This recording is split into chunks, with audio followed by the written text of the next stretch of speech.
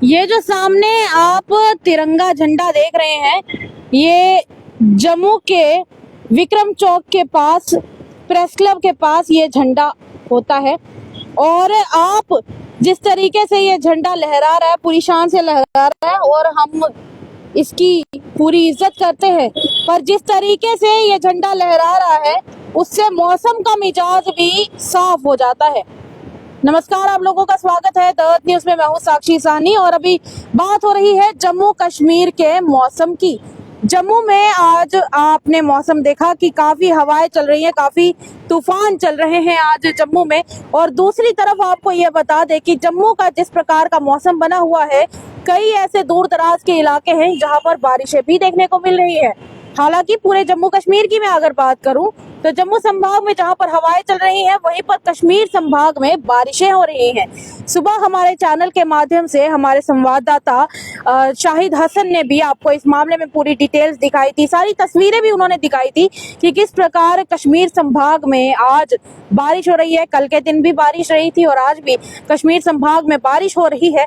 और ऐसे में काफी जरूरी है कि जम्मू कश्मीर के लोग भी अपनी सेहत का ध्यान रखें।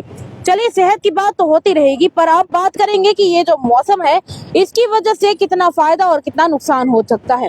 हालांकि अभी भी आप देख सकते हैं कि जम्मू में धूप और छांव का मौसम है, तेज हवाएं चल रही हैं। बीच बीच में सूरज आंख मिचौली कर रहा है, धूप निकल रही है बीच बीच में और बीच बीच में तेज हवाएं चल रही हैं। दूसरी तरफ कई इलाके हैं जहां पर बारिशें हो रही हैं। और तीसरी तरफ तापमान की अगर बात करें तो एक बात तो है कि इसकी वजह से तापमान थोड़ा सा गिर रहा है, लोगों को ज्यादा गर्मी महसूस नहीं हो रही है। पर इसकी वजह से सबसे ज्यादा सेक्टर अगर कोई परेशान होगा, और अगर कोई सबसे ज्यादा परेशान होगा तो इस वक्त किसान परेशान होंगे। जी हाँ, आप लोग बिल्कुल सही सोच रहे हैं और सही सुन रहे हैं कि इस वक्त इस मौसम की वजह से कोई अगर सबसे ज्यादा परेशान है तो वो है जम्मू कश्मीर के किसान। क्योंकि देखिए, बैसाखी का त्योहार तो अभी गया। बैसाखी के त्योहार में दरअसल बाडी की जाती है। और आप लोग सोच होंगे कि बाडी किसको कहते हैं। बाडी एक डोगरी शब्द है जो कहा जाता है कि जब फसलों की कटाई होती है तो उसे बाडी कहा जाता है। इस वक्त फसलों की कटाई का समय जा रहा है और फसलें पककर तैयार हो चुकी हैं, जहां पर सारे किसान कोशिश कर रहे हैं कि फटाफट से जल्द इन फसलों को काटने का काम किया जाए और जल्द से जल्द इन फसलों को स्टोर करके अंदर रखा जाए। वहीं पर इस प्रकार की तेज हवाएं चलना कहीं ना कहीं सब किसानों को शंका में डाल रहा है, तकलीफ में डाल रहा है।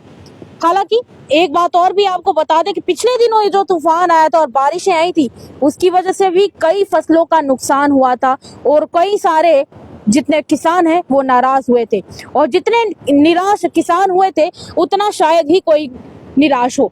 जम्मू कश्मीर के लोगों ने इस मौसम को बहुत एंजॉय किया, पर उन किसानों के बारे में किसी ने नहीं सोचा जिनकी फसलें बर्बाद हो गई।